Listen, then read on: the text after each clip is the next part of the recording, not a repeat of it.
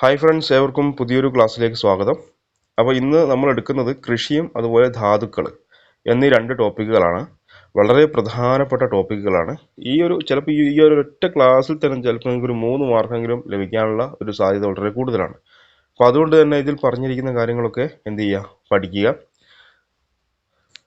അതുപോലെ എന്ത് ചെയ്യണം, പുതിയ SCRTയുടെ റാങ്ക് ഫയൽ വന്നിട്ടുണ്ട്. ടാലൻറ്റ് ലക്ഷ്യയുടെയും വന്നിട്ടുണ്ടെന്ന് തോന്നുന്നു. 720 രൂപയാണെന്ന് തോന്നുന്നു. അപ്പോൾ അത് നിർബന്ധമായിട്ട് വാങ്ങണം. 2 പാർട്ടായിട്ടാണുള്ളത്. അതായത് സോഷ്യൽ സയൻസും വെവ്വേറെയാണ് കൊടുത്തിട്ടുള്ളത്. അപ്പോൾ തീർച്ചയായിട്ടും നിങ്ങൾ എന്ത് ചെയ്യണം, അത് വാങ്ങണം. അത് നിർബന്ധമായിട്ടും പഠിക്കണം. LGSന് ചിലപ്പോൾ പുതിയ SCRTയിൽ നിന്നും ഒരുപാട് ചോദ്യങ്ങൾ വരാനുള്ള സാധ്യതയുണ്ട്. ഈ ഒരു സിലബസ് കംപ്ലീറ്റ് ചെയ്ത് കഴിഞ്ഞാൽ തീർച്ചയായും പുതിയ SCRTയുടെ ക്ലാസ്സുകൾ ഈ ഒരു ചാനലിലൂടെ നിങ്ങൾക്ക് ലഭിക്കുന്നതാണ്. അപ്പോൾ ആദ്യമായിട്ട് കാണുന്നവരാണെങ്കിൽ ചാനൽ സബ്സ്ക്രൈബ് ചെയ്യണം. അതുപോലെ സ്ഥിരമായിട്ട് കാണുന്നവരും സബ്സ്ക്രൈബ് ചെയ്യാത്തവർ തീർച്ചയായും സബ്സ്ക്രൈബ് ചെയ്യണം. അതുപോലെ നമ്മുടെ ടെലഗ്രാം ചാനലിലും ജോയിൻ ചെയ്യുക. പിന്നെ പരമാവധി ക്ലാസ്സുകൾ കാണുക. പിന്നെ സിലബസ് അനുസരിച്ച് എന്ത് ചെയ്യണം, പഠിക്കണം. അപ്പോൾ ഈ ക്ലാസ്സുകൾ നിങ്ങൾ കാണുമ്പോൾ നല്ലൊരു റിവിഷൻ ആയിരിക്കും. അതുപോലെ നിങ്ങൾ എന്ത് ചെയ്യുക, ഇപ്പോൾ നിങ്ങളുടെ കയ്യിൽ ഡിഗ്രി ലെവൽ റാങ്ക് ഫയലാണ് ഉള്ളതെങ്കിൽ, അല്ലെങ്കിൽ LDC ലെവൽ റാങ്ക് ഫയൽ, അല്ലെങ്കിൽ +2 ആയിക്കോട്ടെ, എന്തോ ആയിക്കോട്ടെ, ഏത് റാങ്ക് ഫയൽ ആണെങ്കിലും കൃത്യമായിട്ട് എന്ത് ചെയ്യുക, LGSൻ്റെ സിലബസ് എടുക്കുക. പറഞ്ഞിരിക്കുന്ന ടോപ്പിക്കുകൾ പഠിച്ച് തന്നെ പോവുക. കൃത്യമായിട്ട് പഠിച്ചു പോവുക. എന്നിട്ട് ഡെയിലി, അതായത് വീക്കിലൊരു ദിവസം, ഞായറാഴ്ച ദിവസമെങ്കിലും അതെന്ത് ചെയ്യണം, നല്ല രീതിയിൽ റിവിഷൻ ചെയ്യാൻ വേണം. എന്നാൽ മാത്രമേ നമുക്ക് നല്ല മാർക്ക് സ്കോർ ചെയ്യാൻ പറ്റുകയുള്ളൂ. പിന്നെ ഡെയിലി ഇല്ലെങ്കിലും ഒരു 4 ദിവസമെങ്കിലും ഓരോ മോക്ക് ടെസ്റ്റ് ചെയ്യണം. നിർബന്ധമായിട്ട് ചെയ്യണം. മോക്ക് ടെസ്റ്റ് നമ്മൾ പഠിച്ച സാധനം നമ്മൾ മോക്ക് ടെസ്റ്റ് ചെയ്യുമ്പോഴാണ് നമുക്കത് കൂടുതലായിട്ട് ആഴത്തിലേക്ക് നമ്മുടെ ഉള്ളിലേക്ക് ഇറങ്ങി ചെല്ലുകയുള്ളൂ. പിന്നെ പരീക്ഷ എഴുതിയിട്ട് തന്നെ നമ്മൾ പഠിക്കണം. കാരണം പരീക്ഷ ഹാളിൽ നമുക്ക് ടൈം മാനേജ് ചെയ്യാനും അതുപോലെ ആ ഒരു പേടി മാറാനൊക്കെ അത് ഉപകാരപ്പെടും. ഇതൊക്കെ നിങ്ങൾക്കെല്ലാം അറിയുന്ന കാര്യങ്ങളാണ്, എന്നാലും ഞാൻ പറഞ്ഞതേ ഉള്ളൂ. അപ്പോൾ നല്ല രീതിയിൽ എന്ത് ചെയ്യുക, ഇനിയുള്ള ദിവസമെങ്കിലും നല്ല രീതിയിൽ പഠിക്കുക.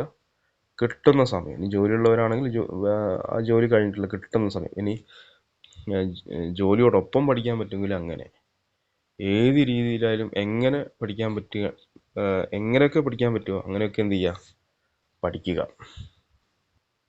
അപ്പോൾ നമുക്ക് ഏതായാലും ക്ലാസ്സിലേക്ക് പോകാം. ഞാൻ നേരത്തെ പറഞ്ഞതുപോലെ ചാനലിൽ നിങ്ങൾ ജോയിൻ ചെയ്യുക കേട്ടോ. 41ാമത്തെ ക്ലാസ്സാണ് ഇന്ന് ചെയ്യുന്നത്. ആദ്യത്തെ ചോദ്യം, മണ്ണ് ഉപയോഗിക്കാതെയുള്ള കൃഷിരീതി അറിയപ്പെടുന്നതാണ് എന്ത്? ഹൈഡ്രോപോണിക്സ്. ഇത് SCRTയിലുള്ള പോയിന്റാണ്. മണ്ണ് ഉപയോഗിക്കാതെയുള്ള കൃഷിരീതിയാണ് എന്ത്? ഹൈഡ്രോപോണിക്സ്. അതുപോലെ മണ്ണോ ജലമോ ഉപയോഗിക്കാതെയുള്ള കൃഷിരീതി അറിയപ്പെടുന്ന പേരാണ് എയറോപോണിക്സ്. അപ്പോൾ ഈ 2 ചോദ്യങ്ങളും പ്രധാനപ്പെട്ടതാണ്. മണ്ണ് ഉപയോഗിക്കാതെയുള്ള കൃഷിരീതിയാണ് ഹൈഡ്രോപോണിക്സ്. മണ്ണും ജലവും ഉപയോഗിക്കാതെയുള്ള കൃഷിരീതിയാണ് ഇത്? എയറോപോണിക്സ്. ജൈവ കൃഷിയുടെ ഉപജ്ഞാതാവ് എന്നറിയപ്പെടുന്നത് ആരാണ്? ആൽബർട്ട് ഹൊവാർഡാണ്. ജൈവ കൃഷിയുടെ ഉപജ്ഞാതാവ് എന്നറിയപ്പെടുന്നത് ആരാണ്? ആൽബർട്ട് ഹൊവാർഡാണ്. അതുപോലെ പ്രകൃതി സ്നേഹികളുടെ ബൈബിൾ എന്നറിയപ്പെടുന്ന പുസ്തകം ഏതാണ്? സൈലന്റ് സ്പ്രിംഗ് ആണ്. സൈലന്റ് സ്പ്രിംഗ് 1962 സൈലന്റ് സ്പ്രിംഗ് എന്ന് പറയുന്ന ഈ പുസ്തകം പ്രസിദ്ധീകരിച്ചത്. അപ്പോൾ ജൈവ കൃഷിയുടെ ഉപജ്ഞാതാവ് ആരാണ്? ആൽബർട്ട് ഹൊവാർഡാണ്. അതുപോലെ പ്രകൃതി സ്നേഹികളുടെ ബൈബിൾ എന്നറിയപ്പെടുന്ന പുസ്തകം ഏതാണ്? സൈലന്റ് സ്പ്രിംഗ് ആണ്. അടുത്ത ചോദ്യം, സൈലന്റ് സ്പ്രിംഗ് എന്ന പുസ്തകം രചിച്ചതാരാണ്? റേച്ചൽ കഴ്സൺ ആണ്. സൈലന്റ് സ്പ്രിംഗ് എന്ന് പറയുന്ന പുസ്തകം രചിച്ചതാരാണ്? റേച്ചൽ കഴ്സൺ ആണ്. അടുത്തത് വളരെ പ്രധാനപ്പെട്ട ഒരു വ്യക്തിയാണ്, മസനോബു ഫുക്കുവോക്ക. SCRTയിലുള്ള പോയിന്റാണ്. പരമ്പരാഗത ജൈവ കൃഷിയുടെ ഉപജ്ഞാതാവ് ആരാണ്? മസനോബു ഫുക്കുവോക്കയാണ്. പരമ്പരാഗത ജൈവ കൃഷിയുടെ ഉപജ്ഞാതാവ് ആരാണ്? മസനോബു ഫുക്കുവോക്കയാണ്. പ്രകൃതി കൃഷി എന്ന ആശയത്തിന്റെ ഉപജ്ഞാതാവും ആരാണ്? മസനോബു ഫുക്കുവോക്കയാണ്. പ്രകൃതി കൃഷിയുടെ ഉപജ്ഞാതാവ് എന്നറിയപ്പെടുന്ന വ്യക്തിയും ആരാണ്? മസനോബു ഫുക്കുവോക്കയാണ്. അതുപോലെ ധാന്യ ഗുളികകൾ വികസിപ്പിച്ചെടുത്ത വ്യക്തിയും ആരാണ്? മസനോബു ഫുക്കുവോക്കയാണ്. ധാന്യ ഗുളികകൾ വികസിപ്പിച്ചെടുത്ത വ്യക്തിയും ആരാണ്? മസനോബു ഫുക്കുവോക്കയാണ്. പിന്നെന്താണ്? ഒറ്റ വൈക്കോൽ വിപ്ലവത്തിന്റെ ഉപജ്ഞാതാവാണ്? മസനോബു ഫുക്കുവോക്കയാണ്. ഇതൊക്കെ ഒരുപാട് തവണ ചോദിച്ചതാണ്. ഒറ്റ വൈക്കോൽ വിപ്ലവത്തിന്റെ ഉപജ്ഞാതാവാണ്? മസനോബു ഫുക്കുവോക്കയാണ്. ഒറ്റ വൈക്കോൽ വിപ്ലവം നടന്ന രാജ്യം ഏതാണ്? ജപ്പാനാണ്. ഒറ്റ വൈക്കോൽ വിപ്ലവം നടന്ന രാജ്യം ഏതാണ്? ജപ്പാനാണ്. രാസവളങ്ങളും കീടനാശിനികളും ഉപയോഗിക്കാതെയും ഭൂമി ഉഴുതുമറിക്കാതെയും മനുഷ്യന്റെ ഇടപെടൽ പരമാവധി കുറച്ചുകൊണ്ടുള്ള കൃഷിരീതി പരീക്ഷിച്ച ജാപ്പനീസ് കൃഷി ശാസ്ത്രജ്ഞനാണ് ആര്? മസനോബു ഫുക്കുവോക്ക. രാസവളങ്ങളും അതുപോലെ കീടനാശിനികളും ഉപയോഗിക്കാതെയും ഭൂമി ഉഴുതുമറിക്കാതെയും മനുഷ്യന്റെ ഇടപെടൽ പരമാവധി കുറച്ചുകൊണ്ടുള്ള കൃഷിരീതി പരീക്ഷിച്ച ജാപ്പനീസ് ശാസ്ത്രജ്ഞനാണ് ആര്? മസനോബു ഫുക്കുവോക്ക. അപ്പോൾ നമുക്ക് ഒന്നുകൂടി നോക്കാം. പരമ്പരാഗത ജൈവ കൃഷിയുടെ ഉപജ്ഞാതാവാണ് ആര്? മസനോബു ഫുക്കുവോക്ക. അതുപോലെ പ്രകൃതി കൃഷി എന്ന ആശയത്തിന്റെ ഉപജ്ഞാതാവാരാണ്? മസനോബു ഫുക്കുവോക്കയാണ്. ധാന്യ ഗുളികകൾ വികസിപ്പിച്ചെടുത്ത വ്യക്തി ആരാണ്? മസനോബു ഫുക്കുവോക്കയാണ്. അതുപോലെ എന്താണ്? ഒറ്റ വൈക്കോൽ വിപ്ലവത്തിന്റെ ഉപജ്ഞാതാവാരാണ്? മസനോബു ഫുക്കുവോക്കയാണ്. ഒറ്റ വൈക്കോൽ വിപ്ലവം നടന്ന രാജ്യം ജപ്പാനാണ്. രാസവളങ്ങളും കീടനാശിനികളും ഉപയോഗിക്കാതെയും ഭൂമി ഉഴുതുമറിക്കാതെയും മനുഷ്യന്റെ ഇടപെടൽ പരമാവധി കുറച്ചുകൊണ്ടുള്ള കൃഷിരീതി പരീക്ഷിച്ച ജാപ്പനീസ് കൃഷി ശാസ്ത്രജ്ഞനാണ് ആര്? മസനോബു ഫുക്കുവോക്ക. അടുത്തത് വിവിധ തരം കൃഷിരീതികളാണ്. കാട് വെട്ടിത്തെളിച്ച് കൃഷി ചെയ്യുകയും മണ്ണിന്റെ ഫലഭൂയിഷ്ടി നഷ്ടപ്പെടുമ്പോൾ അടുത്ത പ്രദേശത്തേക്ക് മാറ്റി കൃഷി ചെയ്യുകയും ചെയ്യുന്ന രീതിയാണ് പുനഃകൃഷി അല്ലെങ്കിൽ ഷിഫ്റ്റിംഗ് കൾട്ടിവേഷൻ എന്ന് പറയുന്നത്. കാട് വെട്ടിത്തെളിച്ച് കൃഷി ചെയ്യുകയും മണ്ണിന്റെ ഫലഭൂയിഷ്ടി നഷ്ടപ്പെടുമ്പോൾ അടുത്ത പ്രദേശത്തേക്ക് മാറ്റി കൃഷി ചെയ്യുകയും ചെയ്യുന്ന രീതിയാണ് എന്ത്? പുനഃകൃഷി അല്ലെങ്കിൽ ഷിഫ്റ്റിംഗ് കൾട്ടിവേഷൻ എന്ന് പറയുന്നത്. പിന്നെന്താണ്? കുറച്ച് സ്ഥലത്ത് കൂടുതൽ മുതൽ മുടക്കി ഉൽപാദനം നടത്തുന്ന കൃഷി രീതിയാണ് എന്ത്? കടും കൃഷി എന്ന് പറയുന്നത്. കുറച്ച് സ്ഥലത്ത് കൂടുതൽ മുതൽ മുടക്കി ഉൽപാദനം നടത്തുന്ന കൃഷിരീതിയാണ് എന്ത്? കടും കൃഷി എന്ന് പറയുന്നത്. അതുപോലെ കൂടുതൽ സ്ഥലത്ത് കുറഞ്ഞ മുതൽ മുടക്കിൽ ചെയ്യുന്ന കൃഷിരീതിയാണ് എന്ത്? വിശാല കൃഷി എന്ന് പറയുന്നത്. കൂടുതൽ സ്ഥലത്ത് കുറഞ്ഞ മുതൽ മുടക്കിൽ ചെയ്യുന്ന കൃഷിരീതിയാണ് വിശാല കൃഷി എന്ന് പറയുന്നത്. അതുപോലെ എന്താണ്? സ്ഥിരമായി ഒരു സ്ഥലത്ത് കൃഷി ചെയ്യുന്ന രീതിയാണെന്ത്? സ്ഥിരകൃഷി എന്ന് പറയുന്നത്. സ്ഥിരമായി ഒരു സ്ഥലത്ത് കൃഷി ചെയ്യുന്ന രീതിയാണ് എന്ത്? സ്ഥിരകൃഷി എന്ന് പറയുന്നത്. അതുപോലെ കൃഷിയോടൊപ്പം കന്നുകാലി വളർത്തൽ, കോഴി വളർത്തൽ തുടങ്ങിയവ ഉൾപ്പെടുത്തി ചെയ്യുന്ന കൃഷിക്കാണ് എന്ത് പറയുന്നത്? സങ്കര കൃഷി എന്ന് പറയുന്നത്. കൃഷിയോടൊപ്പം കന്നുകാലി വളർത്തൽ, കോഴി വളർത്തൽ തുടങ്ങിയവ ഉൾപ്പെടുത്തിയിരിക്കുന്ന കൃഷിരീതിയാണെന്ത്? സങ്കര കൃഷി എന്ന് പറയുന്നത്. അതുപോലെ എന്താണ്? ഒരേ വിള കൃഷി ചെയ്യുമ്പോൾ മണ്ണിന് നഷ്ടമാകുന്ന പോഷകങ്ങളെ വീണ്ടെടുക്കുന്നതിന് വിളകൾ മാറി മാറി കൃഷി ചെയ്യുന്ന രീതിയാണ് എന്ത്? വിളപര്യയം എന്ന് പറയുന്നത്. ഒരേ വിള കൃഷി ചെയ്യുമ്പോൾ മണ്ണിന് നഷ്ടപ്പെടുന്ന പോഷകങ്ങളെ വീണ്ടെടുക്കുന്നതിന് വിളകൾ മാറി മാറി കൃഷി ചെയ്യുന്ന രീതിയാണെന്ത്? വിളപര്യയം എന്ന് പറയുന്നത്. അടുത്തത് പ്രധാന അന്താരാഷ്ട്ര വർഷങ്ങളാണ്. കൃഷിയുമായി ബന്ധപ്പെട്ട അന്താരാഷ്ട്ര വർഷങ്ങളാണ്. ഏതൊക്കെയാണ്? 2004 നെല്ല് വർഷമായിരുന്നു. 2004 നെല്ല് വർഷമായിരുന്നു. അതുപോലെ 2009 നാര് വർഷമായിരുന്നു. 2009 നാര് വർഷമായിരുന്നു. 2011 വനവർഷമായിരുന്നു. 2011 വനവർഷമായിരുന്നു. അതുപോലെ 2014 കുടുംബ കൃഷി വർഷമായിരുന്നു. 2014 കുടുംബ കൃഷി വർഷമായിരുന്നു. 2015 മണ്ണ് വർഷമായിരുന്നു. ഈ ഒരു പോയിന്റ് നോട്ട് ചെയ്ത് വെച്ചാൽ 2015 മണ്ണ് വർഷമായിരുന്നു. 2016 എന്താണ്?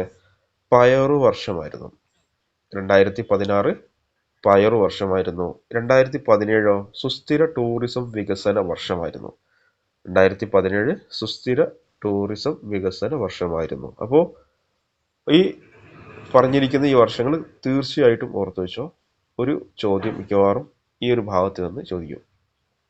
2004 നെല്ല് വർഷം, 2009 നാല് വർഷം, 2011 വനവർഷം, അതുപോലെ 2014 കുടുംബ കൃഷി വർഷം, 2015 മണ്ണ് വർഷം, 2016 പയർ വർഷം, 2017 സുസ്ഥിര ടൂറിസം വികസന വർഷം.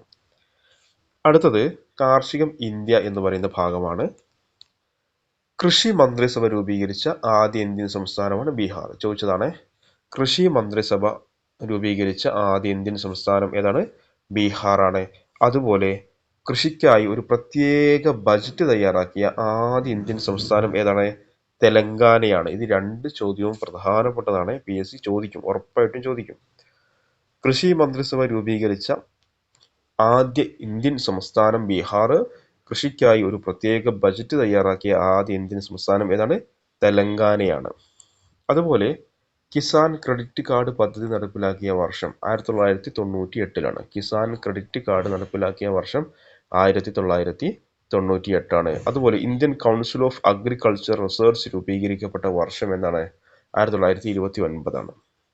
Indian council of agricultural research രൂപീകരിക്കപ്പെട്ട വർഷം 1929. അതായത് ICAR രൂപീകരിക്കപ്പെട്ട വർഷം. അങ്ങനെയും ചോദിക്കാം. ചേരുംപടി എന്ന് പറയുന്ന ഭാഗത്ത് നിന്ന് ചിലപ്പോൾ ഇങ്ങനെ ഷോർട്ട് ഫോം ഒക്കെ കൊടുത്ത് ചോദിക്കാൻ സാധ്യതയുണ്ട്. ICAR എന്നാണ് 1929. Indian council of agriculture research രൂപീകരിക്കപ്പെട്ട വർഷം 1929. അടുത്തത് കൃഷി പരാജയപ്പെട്ടാൽ സർക്കാരും രാജ്യവും പരാജയപ്പെടും എന്ന് അഭിപ്രായപ്പെട്ടതാരാണ്? ജവഹർലാൽ നെഹ്റുവാണ്. ഇതൊക്കെ ചോദിച്ചതാണ്. കൃഷി പരാജയപ്പെട്ടാൽ സർക്കാരും രാജ്യവും പരാജയപ്പെടും എന്ന് അഭിപ്രായപ്പെട്ട വ്യക്തിയാണ് ആര്? ജവഹർലാൽ നെഹ്റു. പിന്നെന്താണ്? എനിക്കൊരു കൾച്ചറെ അറിയൂ, അത് അഗ്രികൾച്ചറാണ് എന്ന് അഭിപ്രായപ്പെട്ട വ്യക്തിയാണ് സർദാർ വല്ലഭായ് പട്ടേൽ. എനിക്കൊരു കൾച്ചറെ അറിയൂ, അത് അഗ്രികൾച്ചറാണ് എന്ന് അഭിപ്രായപ്പെട്ട വ്യക്തിയാണ് ആര്? സർദാർ വല്ലഭായ് പട്ടേൽ. ഇതൊക്കെ PSC ചോദിച്ചതാണ്. ഇന്ത്യയിലെ കർഷകർ കടത്തിൽ ജനിക്കുന്നു, കടത്തിൽ ജീവിക്കുന്നു, കടത്തിൽ മരിക്കുന്നു എന്ന് അഭിപ്രായപ്പെട്ടതാരാണ്? പ്രൊഫസർ ML ഡാർലിംഗ് ആണ്. ഇന്ത്യയിലെ കർഷകർ കടത്തിൽ ജനിക്കുന്നു, കടത്തിൽ ജീവിക്കുന്നു, കടത്തിൽ മരിക്കുന്നു എന്ന് അഭിപ്രായപ്പെട്ട വ്യക്തി ആരാണ്? പ്രൊഫസർ ML ഡാർലിംഗ് ആണ്. അപ്പോൾ ഈ പറഞ്ഞ പോയിന്റ്സ് വളരെ പ്രധാനപ്പെട്ടതാണ്. PSC പലപ്പോഴായിട്ട് ചോദിച്ച ചോദ്യങ്ങളാണ്. കൃഷി മന്ത്രിസഭ രൂപീകരിച്ച ആദ്യ ഇന്ത്യൻ സംസ്ഥാനം ബീഹാറാണ്. കൃഷിക്കായി ഒരു പ്രത്യേക ബജറ്റ് തയ്യാറാക്കിയ ആദ്യ ഇന്ത്യൻ സംസ്ഥാനം തെലങ്കാനയാണ്. കിസാൻ ക്രെഡിറ്റ് കാർഡ് പദ്ധതി നടപ്പിലാക്കിയ വർഷം 1998. Indian council of agricultural research രൂപീകരിക്കപ്പെട്ട വർഷം 1929. കൃഷി പരാജയപ്പെട്ടാൽ സർക്കാരും രാജ്യവും പരാജയപ്പെടും എന്ന് അഭിപ്രായപ്പെട്ടത് ജവഹർലാൽ നെഹ്റുവാണ്. എനിക്കൊരു കൾച്ചറെ അറിയൂ, അത് അഗ്രികൾച്ചറാണ് എന്ന് അഭിപ്രായപ്പെട്ട വ്യക്തിയാണ് സർദാർ വല്ലഭായ് പട്ടേലാണ്. പിന്നെ എന്താണ്? ഇന്ത്യയിലെ കർഷകർ കടത്തിൽ ജനിക്കുന്നു, കടത്തിൽ ജീവിക്കുന്നു, കടത്തിൽ മരിക്കുന്നു എന്ന് അഭിപ്രായപ്പെട്ട വ്യക്തിയാണ് പ്രൊഫസർ ML ഡാർലിംഗ് ആണ്. അടുത്തത് ധവള വിപ്ലവത്തെ കുറിച്ചാണ്. PSC ചോദിക്കും. ധവള വിപ്ലവം, ഹരിത വിപ്ലവമൊക്കെ PSC സ്ഥിരമായിട്ട് ചോദിക്കുന്ന ഹോട്ട് ടോപ്പിക്കുകളാണ്. അപ്പോൾ ഓർത്തു വെച്ചോ. ഇന്ത്യയിൽ പാൽ ഉൽപാദനത്തിലുണ്ടായ വർധനവാണ് ധവള വിപ്ലവം. ഇന്ത്യയിൽ പാൽ ഉൽപാദനത്തിലുണ്ടായ വർധനവാണ് എന്ത്? ധവള വിപ്ലവം. ഇന്ത്യൻ ധവള വിപ്ലവത്തിന്റെ പിതാവ് എന്നറിയപ്പെടുന്നവരാണ് ഡോക്ടർ വർഗീസ് കുര്യനാണ്. ഇന്ത്യൻ ധവള വിപ്ലവത്തിന്റെ പിതാവ് എന്നറിയപ്പെടുന്ന വ്യക്തി ആരാണ്? ഡോക്ടർ വർഗീസ് കുര്യനാണ്. ഡോക്ടർ വർഗീസ് കുര്യൻ ജനിച്ച സ്ഥലം എവിടെയാണ്? കോഴിക്കോടാണ്. അപ്പോൾ ഡോക്ടർ വർഗീസ് കുര്യൻ ജനിച്ചത് കോഴിക്കോടാണ്. ഓപ്പറേഷൻ ഫ്ലഡ് എന്നറിയപ്പെടുന്നത് ധവള വിപ്ലവമാണ്. ഓപ്പറേഷൻ ഫ്ലഡ് എന്നറിയപ്പെടുന്നത് ധവള വിപ്ലവമാണ്. ഇന്ത്യയുടെ പാൽക്കാരൻ എന്നറിയപ്പെടുന്ന വ്യക്തിയും ആരാണ്? ഡോക്ടർ വർഗീസ് കുര്യനാണ്. അപ്പം ഓപ്പറേഷൻ ഫ്ലഡ് എന്നറിയപ്പെടുന്നത് ധവള വിപ്ലവമാണ്. ഇന്ത്യയുടെ പാൽക്കാരൻ എന്നറിയപ്പെടുന്നത് ആരാണ്? വർഗീസ് കുര്യനാണ്. ഇന്ത്യയുടെ പാൽത്തൊട്ടി എന്നറിയപ്പെടുന്നത് ഏത് സംസ്ഥാനമാണ്? ഹരിയാനയാണ്. ഇന്ത്യയുടെ പാൽത്തൊട്ടി എന്നറിയപ്പെടുന്ന സംസ്ഥാനം ഏതാണ്? ഹരിയാനയാണ്. അതുപോലെ മാഗ്സസെ പുരസ്കാരം നേടിയ ആദ്യ മലയാളിയാണ് ആര്? ഡോക്ടർ വർഗീസ് കുര്യൻ. ഓർത്തു വെച്ചോ. മാഗ്സസെ പുരസ്കാരം നേടിയ ആദ്യ മലയാളിയാണ് വർഗീസ് കുര്യൻ. 1963 ഇദ്ദേഹം മാഗ്സസെ പുരസ്കാരം നേടിയത്. അതുപോലെ വർഗീസ് കുര്യൻ രചിച്ച പ്രസിദ്ധ പുസ്തകങ്ങൾ ഏതൊക്കെയാണ്? I too had a dream, അതുപോലെ അൺഫിനിഷ്ഡ് ഡ്രീം, അതുപോലെ I too had a dream. പിന്നെന്താണ് വർഗീസ് കുര്യന്റെ ഓഡിയോ ഓട്ടോബയോഗ്രഫി എന്താണ്? The man who made the elephant dance. Varghese കുര്യന്റെ ഓഡിയോ ഓട്ടോബയോഗ്രഫി ആണ് the man who made the elephant dance. അതുപോലെ അടുത്ത പോയിന്റാണ് ധവള വിപ്ലവവുമായി ബന്ധപ്പെട്ട് ഇന്ത്യയുമായി സഹകരിക്കുന്ന രാജ്യം ഏതാണ്? സ്വിറ്റ്സർലാൻഡ് ആണ്. ഇതൊക്കെ ഞാൻ ഇതുവരെ പറഞ്ഞ ഈ പോയിന്റ്സ് കംപ്ലീറ്റ് PSC ചോദിച്ചതാണ്. ഒക്കെ PYQ ആണ്. മൊത്തം പഠിക്കണം, മനഃപ്പാഠമാക്കി പഠിക്കണം. ധവള വിപ്ലവവുമായി ബന്ധപ്പെട്ട് ഇന്ത്യയുമായി സഹകരിക്കുന്ന രാജ്യം ഏതാണ്? സ്വിറ്റ്സർലാൻഡ് ആണ്. അതുപോലെ ഇന്ത്യയിൽ ക്ഷീരോത്പാദന സഹകരണ പ്രസ്ഥാനമായ അമൂൽ സ്ഥിതി ചെയ്യുന്നത് എവിടെയാണ്? ഗുജറാത്തിലെ ആനന്ദ് എന്ന് പറയുന്ന സ്ഥലത്താണ്. ഇന്ത്യയിൽ ക്ഷീരോത്പാദന സഹകരണ പ്രസ്ഥാനമായ അമൂൽ സ്ഥിതി ചെയ്യുന്നത് ഗുജറാത്തിലെ ആനന്ദ് എന്ന് പറയുന്ന സ്ഥലത്താണ്. അമൂലിന്റെ പ്രവർത്തനങ്ങൾക്ക് പ്രധാന പങ്ക് വഹിച്ച വ്യക്തിയും ആരാണ്? ഡോക്ടർ വർഗീസ് കുര്യനാണ്. അമൂലിന്റെ പ്രവർത്തനങ്ങൾക്ക് പ്രധാന പങ്ക് വഹിച്ച വ്യക്തി ആരാണ്? ഡോക്ടർ വർഗീസ് കുര്യനാണ്. അമൂൽ സ്ഥാപിതമായതെന്നാണ് 1946 അമൂൽ സ്ഥാപിതമായതെന്നാണ് 1946. അപ്പോൾ ഈ പറഞ്ഞ പോയിന്റ് ധവള വിപ്ലവം വളരെ പ്രധാനപ്പെട്ടതാണ്. മൊത്തം കംപ്ലീറ്റ് ബൈഹാർട്ട് ചെയ്ത് പഠിക്കണം.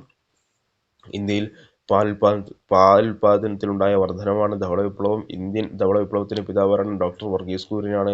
വർഗീസ് കുര്യൻ ജനിച്ചത് കോഴിക്കോടാണ്. ഓപ്പറേഷൻ ഫ്ലഡ് ധവള വിപ്ലവമാണ്. അതുപോലെ ഇന്ത്യയുടെ പാൽക്കാരൻ വർഗീസ് കുര്യനാണ്. ഇന്ത്യയുടെ പാലത്തൊട്ടി എന്നറിയപ്പെടുന്ന സംസ്ഥാനം ഹരിയാനയാണ്. മാഗ്സസെ പുരസ്കാരം നേടിയ ആദ്യ മലയാളി ഡോക്ടർ വർഗീസ് കുര്യനാണ്. 1963 അദ്ദേഹം മാഗ്സസെ പുരസ്കാരം നേടിയത്. വർഗീസ് കുര്യൻ രചിച്ച പ്രസിദ്ധമായ പുസ്തകം എന്താണ്? I too had a dream, അതുപോലെ അൺഫിനിഷ്ഡ് ഡ്രീം. അതുപോലെ എന്താണ് വർഗീസ് കുര്യന്റെ ഓഡിയോ ഓട്ടോബയോഗ്രഫിയാണ് the man who made the elephant dance. അതുപോലെ എന്താണ് ധവള വിപ്ലവവുമായി ബന്ധപ്പെട്ട ഇന്ത്യയുമായി സഹകരിക്കുന്ന രാജ്യം സ്വിറ്റ്സർലാൻഡ് ആണ്. അതുപോലെ ഇന്ത്യയിലെ ക്ഷീരോത്പാദന സഹകരണ പ്രസ്ഥാനമായ അമൂൽ സ്ഥിതി ചെയ്യുന്നത് എവിടെയാണ്? ഗുജറാത്തിലെ ആനന്ദ് എന്ന് പറയുന്ന സ്ഥലത്താണ്. അതുപോലെ അമൂലിന്റെ പ്രവർത്തനങ്ങൾക്ക് പ്രധാന പങ്ക് വഹിച്ച വ്യക്തിയാരാണ്? ഡോക്ടർ വർഗീസ് കുര്യനാണ്. അമൂൽ സ്ഥാപിതമായ വർഷം 1946. അടുത്തത് ലോകത്തിൽ ഏറ്റവും കൂടുതൽ പശുവിൻ പാൽ ഉൽപ്പാദിപ്പിക്കുന്നു. പശുവിൻ പാല് കേട്ടോ, പോയിന്റ് ഓർത്ത് വെച്ചോ. പശുവിൻ പാല് ഏറ്റവും കൂടുതൽ ഏത് രാജ്യമാണ്? അമേരിക്കയാണ്.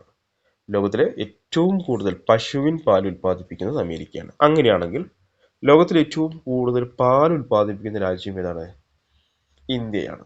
അപ്പോൾ ലോകത്തിൽ ഏറ്റവും കൂടുതൽ പശുവിൻ പാൽ ഉൽപ്പാദിപ്പിക്കുന്നത് അമേരിക്കയാണെങ്കിൽ പാല് ഏറ്റവും കൂടുതൽ ഉൽപ്പാദിപ്പിക്കുന്ന രാജ്യം ഏതാണ്? നമ്മുടെ ഇന്ത്യയാണ്. അതൊന്ന് ഓർത്ത് വെച്ചോ, മാറിപ്പോണ്ട. അടുത്ത മിൽമയെ കുറിച്ചാണ്. ധവള വിപ്ലവത്തിന്റെ ഭാഗമായി നാഷണൽ ഡയറി ഡെവലപ്മെന്റ് ബോർഡിന്റെ നേതൃത്വത്തിൽ കേരളത്തിൽ സ്ഥാപിച്ച ക്ഷീര സഹകരണ സംഘമാണ് മിൽമ. ധവള വിപ്ലവത്തിന്റെ ഭാഗമായി നാഷണൽ ഡയറി ഡെവലപ്മെന്റ് ബോർഡിന്റെ നേതൃത്വത്തിൽ കേരളത്തിൽ സ്ഥാപിച്ച ക്ഷീര സഹകരണ സംഘമാണിത് മിൽമ എന്ന് പറയുന്നത്. മിൽമ നിലവിൽ വന്ന വർഷം ഏതാണ്? 1980. മിൽമ നിലവിൽ വന്ന വർഷം ഏതാണ്? 1980. അതുപോലെ മിൽമയുടെ ആസ്ഥാനം എവിടെയാണ്? തിരുവനന്തപുരമാണ്. മിൽമയുടെ ആസ്ഥാനം എവിടെയാണ്? തിരുവനന്തപുരമാണ്. അതുപോലെ മിൽമയുടെ ആദ്യകാല ആപ്തവാക്യം എന്താണ്? കേരളം കണികണ്ടുണരുന്ന നന്മ എന്നാണ്. മിൽമയുടെ ആദ്യകാലത്തെ ആപ്തവാക്യം എന്താണ്? കേരളം കണി കണ്ടുണരുന്ന നന്മ എന്നുള്ളതാണ്. അപ്പോൾ ഈ ഒരു മിൽമയെ കുറിച്ചും പോയിന്റുകൾ ഓർത്ത് വെച്ചു. ഇതിന്റെ ആസ്ഥാനം തിരുവനന്തപുരത്താണ്. ഇത് സ്ഥാപിതമായതെന്നാണ് 1980. അതുപോലെ എന്താണ് ധവള വിപ്ലവത്തിന്റെ ഭാഗമായി നാഷണൽ ഡയറി ഡെവലപ്മെന്റ് ബോർഡിന്റെ നേതൃത്വത്തിൽ കേരളത്തിൽ സ്ഥാപിച്ച ക്ഷീര സഹകരണ സംഘമാണ് മിൽമ എന്ന് പറയുന്നത്. ഇതിന്റെ ആദ്യകാല ആപ്തവാക്യം എന്താണ്? കേരളം കണി കണ്ടുണരുന്ന നന്മ എന്നുള്ളതാണ്. അടുത്തത്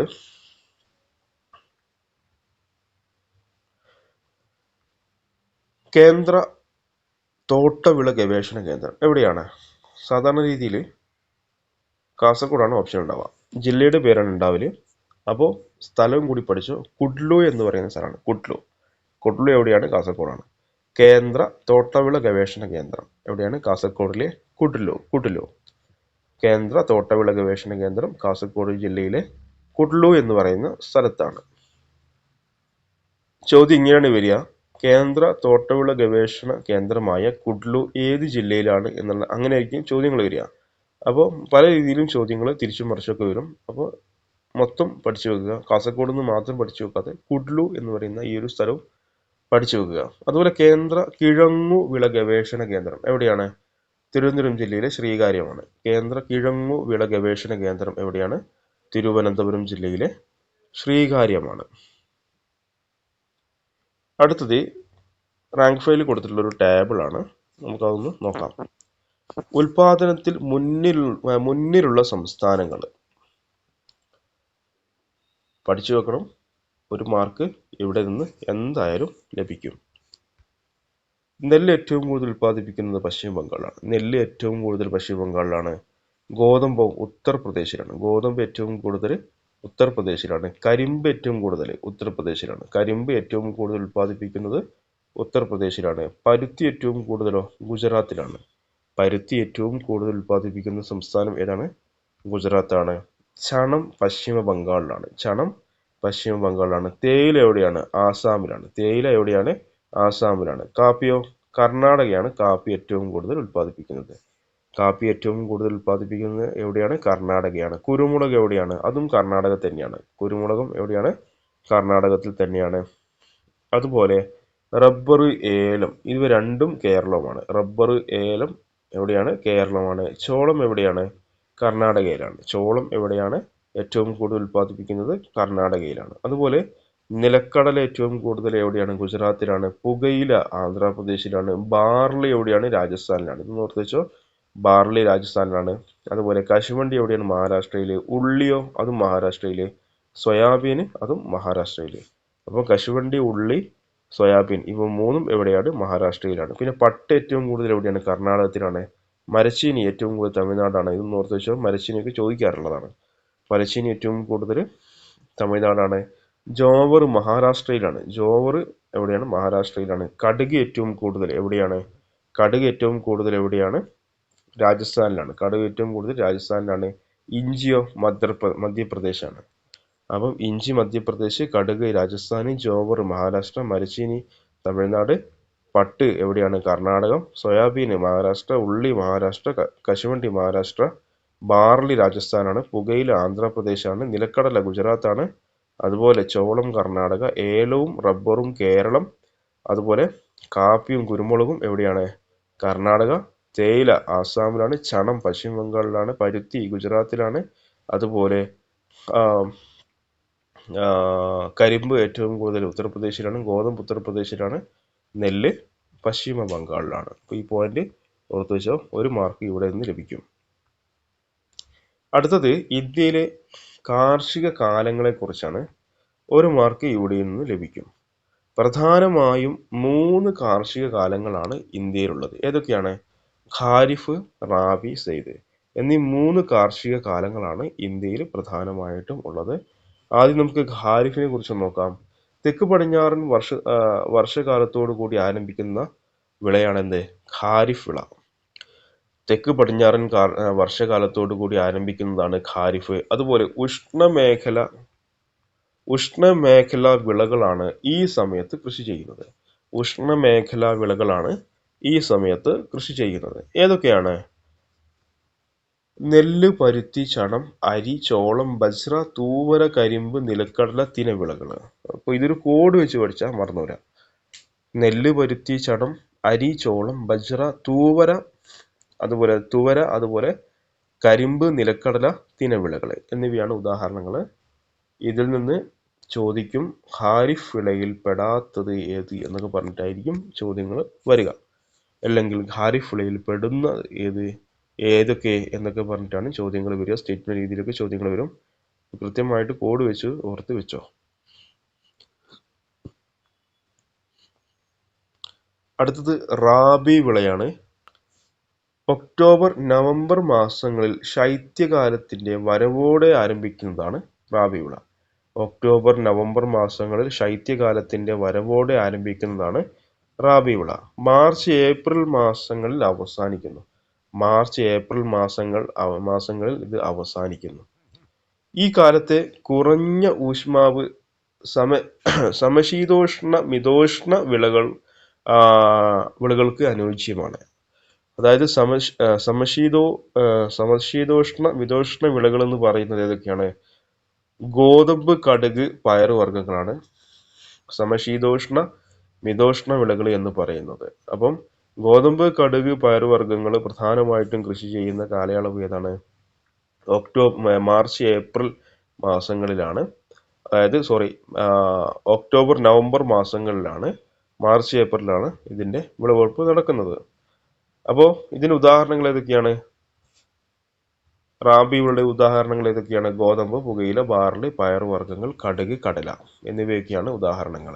അപ്പം ഇത് കൃത്യമായിട്ട് കോഡ് വെച്ച് ജസ്റ്റ് യൂട്യൂബിൽ ജസ്റ്റ് സെർച്ച് ചെയ്താൽ മതി. പിന്നെ കാർഷിക വിളകളിൽ നിന്നും മംഗ്ലീഷായിട്ട് ടൈപ്പ് ചെയ്താൽ മതി. നമുക്ക് ഒരുപാട് ക്ലാസ്സുകൾ അവിടെ കാണാം. കോഡ് വെച്ചൊക്കെ ഒരുപാട് ഷോർട്ട് വീഡിയോസ് ഒക്കെ കാണാം. അപ്പോൾ ഏതെങ്കിലും ഒരു കോഡ് എടുത്ത് വൃത്തിക്കിരുന്ന് പഠിച്ചാൽ മതി. അടുത്തത് സെയ്ദ് വിളയാണ്. റാബി വിളയുടെ വിളവെടുപ്പിന് ശേഷം ആരംഭിക്കുന്ന ദൈർഘ്യം കുറഞ്ഞ വേനൽക്കാല കാർഷിക കാലമാണ് ഏത്? സെയ്ദ് എന്ന് പറയുന്നത്. റാബി വിളയുടെ വിളവെടുപ്പിന് ശേഷം ആരംഭിക്കുന്ന ദൈർഘ്യം കുറഞ്ഞ വേനൽക്കാല കാർഷിക കാലമാണ് സെയ്ദ് എന്ന് പറയുന്നത്. ഏതൊക്കെയാണ് സെയ്ദ് വിളകള്? തണ്ണിമത്തൻ, വെള്ളരി, കാലിത്തീറ്റ വിളകള്, അതുപോലെ പഴങ്ങൾ, പച്ചക്കറികൾ. SCERT പഴങ്ങൾ, പച്ചക്കറികൾ മാത്രമേ ഉള്ളൂ. തണ്ണിമത്തൻ, വെള്ളരി എക്സ്ട്രാ ആഡ് ചെയ്തതാണ്. തണ്ണിമത്തൻ, വെള്ളരി, കാലിത്തീറ്റ വിളകൾ, പഴങ്ങൾ, പച്ചക്കറികൾ. അപ്പോൾ ഇത്രയും പോയിന്റ് ഓർത്ത് വെക്കുക. അടുത്തത് ഉൽപാദനത്തിൽ മുന്നിൽ നിൽക്കുന്ന രാജ്യങ്ങൾ. അതും കൂടെ നമ്മൾ എന്ത് ചെയ്യണം? പഠിച്ചു വെക്കണം. LGSന് ചോദിക്കാം. ആപ്പിള് ചൈനയാണ് ഏറ്റവും കൂടുതൽ ആപ്പിൾ ഉൽപ്പാദിപ്പിക്കുന്നത് രാജ്യം ഏതാണ്? ചൈനയാണ്. നെല്ലോ അതും ചൈനയാണ്. ഗോതമ്പോ ചൈനയാണ്. ഉരുളക്കിഴങ്ങ് ചൈനയാണ്. സിൽക്ക് ചൈനയാണ്. പുകയില ചൈനയാണ്. പിന്നെതാണ് ഇത്രയും നിലക്കടല ചൈനയാണ്. അപ്പോൾ ഇത്രയും വിളകൾ ഏറ്റവും കൂടുതൽ ഉൽപ്പാദിപ്പിക്കുന്ന രാജ്യം ഏതാണ്? ചൈനയാണ്. ഏതൊക്കെയാണ് ചൈന ഏറ്റവും കൂടുതൽ ഉൽപ്പാദിപ്പിക്കുന്നത്? ഏതൊക്കെയാണ്? ആപ്പിള്, നെല്ല്, ഗോതമ്പ്, ഉരുളക്കിഴങ്ങ്, സിൽക്ക്, പുകയില, നിലക്കടല എന്നിവയൊക്കെ ഏറ്റവും കൂടുതൽ ഉൽപ്പാദിപ്പിക്കുന്നത് ചൈനയിലാണ്. അടുത്തത് ഇന്ത്യയിലത്തെയാണ്. പരുത്തി, മുളക്, വാഴപ്പഴം, മാങ്ങ, ചണം. പരുത്തി, മുളക്, വാഴപ്പഴം, മാങ്ങ, ചണം എന്നിവ ഏറ്റവും കൂടുതൽ ഉൽപ്പാദിപ്പിക്കുന്ന ഇന്ത്യയാണ്. അതുപോലെ മഞ്ഞൾ, ബജ്റ, ഇഞ്ചി ഇവയും ഏറ്റവും കൂടുതൽ ഉൽപ്പാദിപ്പിക്കുന്നത് ഇന്ത്യയാണ്. അപ്പോൾ ഇന്ത്യ ഏറ്റവും കൂടുതൽ ഉൽപ്പാദിപ്പിക്കുന്ന വിളകൾ ഏതൊക്കെയാണ്? അതായത് ആദ്യം പരുത്തി ഏറ്റവും കൂടുതൽ ഉൽപ്പാദിപ്പിക്കുന്ന രാജ്യം ഏതാണ്? ഇന്ത്യയാണ്. മുളകോ ഇന്ത്യയാണ്. വാഴപ്പഴം, മാങ്ങ, ചണം എന്നിവയൊക്കെ ഇന്ത്യയാണ്. പിന്നെ ഏതാണ്? മഞ്ഞൾ, ബജ്റ, ഇഞ്ചി ഇവയും ഏറ്റവും കൂടുതൽ ഉൽപ്പാദിപ്പിക്കുന്നത് ഇന്ത്യയാണ്. പഞ്ചസാര ബ്രസീലാണ്. കരിമ്പ് ബ്രസീലാണ്. പഞ്ചസാരയും കരിമ്പും എവിടെയാണ്? ബ്രസീലാണ്. അതുപോലെ ചോളം ഏറ്റവും കൂടുതൽ USA ആണ്. ചോളം USA ആണ്. സോയാബീൻ USA ആണ്. കുരുമുളക് വിയറ്റ്നാമാണ്. കശുവണ്ടി വിയറ്റ്നാമാണ്. പിന്നെ ഏതാണ്? നാളികേരം ഏറ്റവും കൂടുതൽ എവിടെയാണ്? ഇന്തോനേഷ്യയാണ്. നാളികേരം ഏറ്റവും കൂടുതൽ ഇന്തോനേഷ്യയാണ്. റബ്ബറോ തായ്ലാൻഡാണ്. റബ്ബർ തായ്ലാൻഡാണ്. കൈതച്ചക്കയോ കോസ്റ്റാറിക്കയാണ് കൈതച്ചക്ക ഏറ്റവും കൂടുതൽ ഉൽപ്പാദിപ്പിക്കുന്നത്. അപ്പം ഇതൊന്ന് ഓർത്ത് വെച്ചോ. ഒരു മാർക്ക് ഇവിടെ നിന്ന് ലഭിക്കും. അടുത്തത് ദേശീയ ക്ഷീര വികസന ബോർഡ് എവിടെയാണ്? ഗുജറാത്തിലെ ആനന്ദ് എന്ന് പറയുന്ന സ്ഥലത്താണ്. ദേശീയ ക്ഷീര വികസന ബോർഡ് എവിടെയാണ്? ഗുജറാത്തിലെ ആനന്ദിലാണ്. അതുപോലെ എന്താണ്? ദേശീയ ക്ഷീര ഗവേഷണ കേന്ദ്രം എവിടെയാണ്? ഹരിയാനയിലെ കർണാലാണ്. അപ്പം ദേശീയ ക്ഷീര വികസന ബോർഡ് എവിടെയാണ്? ഗുജറാത്തിലെ ആനന്ദ്. ദേശീയ ക്ഷീര വികസന ബോർഡ് എവിടെയാണ്? ഗുജറാത്തിലെ ആനന്ദിലാണ്. ദേശീയ ക്ഷീര ഗവേഷണ കേന്ദ്രം എവിടെയാണ്? ഹരിയാനയിലെ കർണാലാണ്. അടുത്തത് കേന്ദ്ര കാർഷിക ഗവേഷണ കേന്ദ്രങ്ങളാണ്. എല്ലാം ഒന്നും പഠിക്കണ്ട, പ്രധാനപ്പെട്ടത് മാത്രം നിങ്ങൾ പഠിച്ചാൽ മതി. സ്വാമിനാഥൻ റിസർച്ച് ഫൗണ്ടേഷൻ എവിടെയാണ്? ചെന്നൈയിലാണ്. സ്വാമിനാഥൻ റിസർച്ച് ഫൗണ്ടേഷൻ എവിടെയാണ്? ചെന്നൈയിലാണ്. അതുപോലെ ദേശീയ വാഴ ഗവേഷണ കേന്ദ്രം ഇതൊന്ന് ഓർത്ത് വെച്ചോ. ഇതെവിടെയാണ്? ട്രിച്ചിയാണ്. തമിഴ്നാട്ടിലെ ട്രിച്ചിയാണ്. PYQ ആണ്. ദേശീയ വാഴ ഗവേഷണ കേന്ദ്രം എവിടെയാണ്? തമിഴ്നാട്ടിലെ ട്രിച്ചിയാണ്. പിന്നെന്താണ്? ദേശീയ മുന്തിരി ഗവേഷണ കേന്ദ്രം എവിടെയാണ്? മഹാരാഷ്ട്രയിലെ പൂനെയിലാണ്. ദേശീയ മുന്തിരി ഗവേഷണ കേന്ദ്രം എവിടെയാണ്? മഹാരാഷ്ട്രയിലെ പൂനെയിലാണ്. പിന്നെ എന്താണ് കേന്ദ്ര കിഴങ്ങ് വിള ഗവേഷണ കേന്ദ്രം, നേരത്തെ നമ്മൾ നോക്കി. ഇതൊന്നും ഓർത്ത് നോക്കണം. തിരുവനന്തപുരം ജില്ലയിലെ ശ്രീകാര്യത്താണ്. അപ്പോൾ ഇവിടെ പ്രധാനപ്പെട്ടതായിട്ട് വരുന്നത് ദേശീയ വാഴ ഗവേഷണ കേന്ദ്രം, തമിഴ്നാട്ടിൽ ട്രിച്ചിയും. പിന്നെ എന്താണ് കേന്ദ്ര കിഴങ്ങു വിള ഗവേഷണ കേന്ദ്രം എവിടെയാണ്? തിരുവനന്തപുരം ജില്ലയിലെ ശ്രീകാര്യമാണ്. അതുപോലെ Indian institute of soil science എവിടെയാണ്? മധ്യപ്രദേശിലെ ഭോപ്പാലിലാണ്. Indian institute of soil science എവിടെയാണ്? മധ്യപ്രദേശിലെ ഭോപ്പാലാണ്. ഇതും PYQ ആണ്, ഓർത്ത് വെക്കണം. കേന്ദ്ര പുകയില ഗവേഷണ കേന്ദ്രം എവിടെയാണ്? ആന്ധ്രാപ്രദേശിലെ രാജമുദ്രിയിലാണ്. കേന്ദ്ര പുകയില ഗവേഷണ കേന്ദ്രം എവിടെയാണ്? ആന്ധ്രാപ്രദേശിലെ രാജമുദ്രിയിലാണ്. ഇതും ഓർത്തു വെക്കണം. ഇന്ത്യൻ പച്ചക്കറി ഗവേഷണ കേന്ദ്രം എവിടെയാണ്? ഉത്തർപ്രദേശിലെ വാരണാസിയിലാണ്. ഇന്ത്യൻ പച്ചക്കറി ഗവേഷണ കേന്ദ്രം എവിടെയാണ്? ഉത്തർപ്രദേശിലെ വാരണാസിയിലാണ്. ഇന്ത്യൻ കാലിത്തീറ്റ ഗവേഷണ കേന്ദ്രം എവിടെയാണ്? ഉത്തർപ്രദേശിലെ ഝാൻസിയിലാണ്. ഇന്ത്യൻ കാലിത്തീറ്റ ഗവേഷണ കേന്ദ്രം എവിടെയാണ്? ഉത്തർപ്രദേശിലെ ഝാൻസിയിലാണ്. കൗൺസിൽ ഓഫ് അഗ്രികൾച്ചർ റിസർച്ച് ന്യൂഡൽഹിയാണ്. അതുപോലെ അതൊന്ന് ഓർത്ത് വെച്ചു. കൗൺസിൽ ഓഫ് അഗ്രികൾച്ചർ റിസർച്ച് ന്യൂഡൽഹിയാണ്. National research centre for groundnut എവിടെയാണ്? ഗുജറാത്തിലെ ജുനഗഡിലാണ്. National research centre for groundnut എവിടെയാണ്? ഗുജറാത്തിലെ ജുനഗഡിലാണ്. Central jute technology research institute എവിടെയാണ്? പശ്ചിമ ബംഗാളിലെ കൊൽക്കത്തയിലാണ്. Central jute technological research institute എവിടെയാണ്? പശ്ചിമ ബംഗാളിലെ കൊൽക്കത്തയിലാണ്. Indian institute of forest management ചോദിച്ചതാണ്. Indian institute of forest management എവിടെയാണ്? മധ്യപ്രദേശിലെ ഭോപ്പാലിലാണ്. Indian institute of forest management എവിടെയാണ്? മധ്യപ്രദേശിലെ ഭോപ്പാലിലാണ്. അതൊന്ന് ഓർത്ത് വെക്കണേ. അടുത്തത് tropical botanical garden and research institute എവിടെയാണ്? തിരുവനന്തപുരം ജില്ലയിലെ പാലോടാണ്. Tropical botanical garden and research institute എവിടെയാണ്? തിരുവനന്തപുരം ജില്ലയിലെ പാലോടാണ്. Directorate of oil palm research എവിടെയാണ്? ആന്ധ്രാപ്രദേശിലെ പെഡവേഗിയിലാണ് directorate of oil palm research എവിടെയാണ്? ആന്ധ്രാപ്രദേശിലെ പെഡവേഗിയിലാണ്. അടുത്തത് കേന്ദ്ര ഉരുളക്കിഴങ്ങ് ഗവേഷണ കേന്ദ്രം. ഇത് നോക്കി വെച്ചോ. ഹിമാചൽ പ്രദേശിലെ ഷിംലയിലാണ്. കേന്ദ്ര ഉരുളക്കിഴങ്ങ് ഗവേഷണ കേന്ദ്രം എവിടെയാണ്? ഹിമാചൽ പ്രദേശിലെ ഷിംലയിലാണ്. ഇന്ദിരാഗാന്ധി നാഷണൽ ഫോറസ്റ്റ് അക്കാദമി ചോദിച്ചിട്ടുണ്ട്. ഡെറാഡൂണിലാണ്. ഉത്തരാഖണ്ഡിലെ ഡെറാഡൂണിലാണ്. ഇന്ദിരാഗാന്ധി നാഷണൽ ഫോറസ്റ്റ് അക്കാദമി എവിടെയാണ്? ഉത്തരാഖണ്ഡിലാണ്. ഉത്തരാഖണ്ഡിലെ ഡെറാഡൂണിലാണ്. ഇന്ദിരാഗാന്ധി നാഷണൽ ഫോറസ്റ്റ് അക്കാദമി എവിടെയാണ്? ഉത്തരാഖണ്ഡിലെ ഡെറാഡൂണിലാണ്. ഇന്ത്യൻ വെറ്റിനറി ഗവേഷണ കേന്ദ്രം എവിടെയാണ്? ഉത്തർപ്രദേശിലെ ബറേലിയിലാണ്. ഇന്ത്യൻ വെറ്റിനറി ഗവേഷണ കേന്ദ്രം ഉത്തർപ്രദേശിലെ ബറേലിയിലാണ്. കേന്ദ്ര ഫിഷറീസ് വിദ്യാഭ്യാസ ഗവേഷണ കേന്ദ്രം എവിടെയാണ്? മഹാരാഷ്ട്രയിലെ മുംബൈയിലാണ്. കേന്ദ്ര ഫിഷറീസ് വിദ്യാഭ്യാസ ഗവേഷണ കേന്ദ്രം എവിടെയാണ്? മഹാരാഷ്ട്രയിലെ മുംബൈയിലാണ്. അത് നോക്കി വെച്ചോ. ട്രോപ്പിക്കൽ ഫോറസ്റ്റ് റിസർച്ച് ഇൻസ്റ്റിറ്റ്യൂട്ട് എവിടെയാണ്? മധ്യപ്രദേശിലെ ജബൽപൂരിലാണ്. ട്രോപ്പിക്കൽ ഫോറസ്റ്റ് റിസർച്ച് ഇൻസ്റ്റിറ്റ്യൂട്ട് എവിടെയാണ്? മധ്യപ്രദേശിലെ ജബൽപൂരിലാണ്. കേന്ദ്ര ഫുഡ് ടെക്നോളജി ഗവേഷണ കേന്ദ്രം എവിടെയാണ്? ഇതും ഓർത്ത് വെച്ചോ. കർണാടകയിലെ മൈസൂരിലാണ്. കേന്ദ്ര ഫുഡ് ടെക്നോളജി ഗവേഷണ കേന്ദ്രം കർണാടകയിലെ മൈസൂരിലാണ്. ഇന്ത്യൻ കരിമ്പ് ഗവേഷണ കേന്ദ്രം എവിടെയാണ്? ഉത്തർപ്രദേശിലെ ലക്നൌവിലാണ്. ഇന്ത്യൻ കരിമ്പ് ഗവേഷണ കേന്ദ്രം ഉത്തർപ്രദേശിലെ ലക്നൌവിലാണ്. ഇന്ത്യൻ ഹോർട്ടികൾച്ചർ റിസർച്ച് ഇൻസ്റ്റിറ്റ്യൂട്ട് എവിടെയാണ്? കർണാടകത്തിലെ ബാംഗ്ലൂരാണ്. ഇന്ത്യൻ ഹോർട്ടികൾച്ചർ റിസർച്ച് ഇൻസ്റ്റിറ്റ്യൂട്ട് എവിടെയാണ്? കർണാടകത്തിലെ ബാംഗ്ലൂരാണ്. ജവഹർലാൽ നെഹ്റു കൃഷി വിശ്വവിദ്യാലയ എവിടെയാണ്? മധ്യപ്രദേശിലെ ജബൽപൂരിലാണ്. ജവഹർലാൽ നെഹ്റു കൃഷി വിശ്വവിദ്യാലയ എവിടെയാണ്? മധ്യപ്രദേശിലെ ജബൽപൂരിലാണ്. Central soil salinity research institute എവിടെയാണ്? ഹരിയാനയിലെ കർണാലാണ്. ഇതും ഓർത്ത് വെച്ചോ. Central soil salinity research institute എവിടെയാണ്? ഹരിയാനയിലെ കർണാലിലാണ്. അപ്പോൾ ഇത്രയും പോയിന്റുകൾ ഓർത്ത് വെച്ചോ. PSC ചോദിക്കും. അടുത്തത് വിളകളും ജന്മദേശങ്ങളും. ഇതും ഒന്ന് ഓർത്ത് വെക്കണം. പലപ്പോഴായിട്ട് PSC ചോദിക്കാറുണ്ട്. മാമ്പഴം ജന്മദേശം എവിടെയാണ്? ഇന്ത്യയാണ്. പരുത്തിയും ഇന്ത്യയാണ്. മഞ്ഞൾ ഇന്ത്യയാണ്. അതുപോലെ ചന്ദനം ഇന്ത്യയാണ്. ഇഞ്ചി ഇന്ത്യയാണ്. വഴുതനങ്ങ ഇന്ത്യയാണ്. അതുപോലെ കറിവേപ്പില ഇന്ത്യയാണ്. അപ്പോൾ ഇതിൻ്റെയൊക്കെ ജന്മദേശം ഇന്ത്യയാണ്. മാമ്പഴം ജന്മദേശം എവിടെയാണ്? ഇന്ത്യയാണ്. പരുത്തി എവിടെയാണ്? ഇന്ത്യയാണ്. മഞ്ഞളുടെ ജന്മദേശം ഇന്ത്യയാണ്. ചന്ദനത്തിൻ്റെയും ഇഞ്ചിയുടെയും വഴുതനങ്ങയുടെയും കറിവേപ്പിലിൻ്റെയും ജന്മദേശങ്ങൾ ഇന്ത്യയാണ്. അതുപോലെ നെല്ലിൻ്റെ ജന്മദേശം എവിടെയാണ്? ചൈനയാണ്. നെല്ലിൻ്റെ ജന്മദേശം എവിടെയാണ്? ചൈനയാണ്. അതുപോലെ ചോളം, പപ്പായ, ഇതൊക്കെ SCERT ഉണ്ട്. പപ്പായൊക്കെ, വാനില, പച്ചമുളക്, ഇതിൻ്റെയൊക്കെ ജന്മദേശം എവിടെയാണ്? മെക്സിക്കോയാണ്. ഇതൊക്കെ SCERT ഉള്ള പോയിന്റാണ്. ചോളം, പപ്പായ, വാനില, പച്ചമുളക്, എന്നിവയുടെയൊക്കെ ജന്മദേശം എവിടെയാണ്? മെക്സിക്കോയാണ്. അതുപോലെ റംബൂട്ടാൻ ജന്മദേശം എവിടെയാണ്? മലേഷ്യയിലാണ്. തെങ്ങിന്റെ ജന്മദേശം മലേഷ്യയാണ്. പക്ഷെ തെങ്ങ് ഏറ്റവും കൂടുതൽ ഉൽപ്പാദിപ്പിക്കുന്നത് എവിടെയാണ്? ഇന്തോനേഷ്യയിലാണ്. പക്ഷെ തെങ്ങിന്റെ ജന്മദേശം എവിടെയാണ്? മലേഷ്യയാണ്.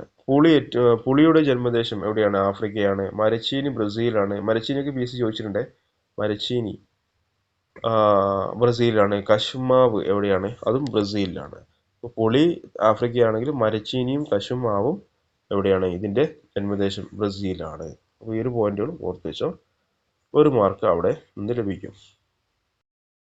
അടുത്ത ഭാഗം, GM കടുക് കൃഷിയിൽ GM എന്നതിന്റെ പൂർണ്ണ രൂപം എന്താണ്? ജനറ്റിക്കലി മോഡിഫൈഡ് എന്നാണ്.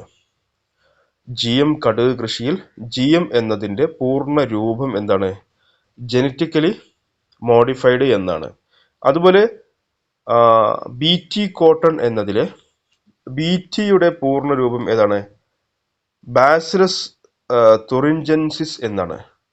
BT കോട്ടൺ എന്നതിലെ BTയുടെ പൂർണ്ണ രൂപം എന്താണ്? ബാസിലസ് തുറിഞ്ചെൻസിസ് എന്നാണ്. ഇതൊന്ന് PSC LGS പരീക്ഷയ്ക്ക് ചോദിച്ചു കണ്ടിട്ടില്ല, ഞാൻ ജസ്റ്റ് കൊടുത്തതേ ഉള്ളൂ.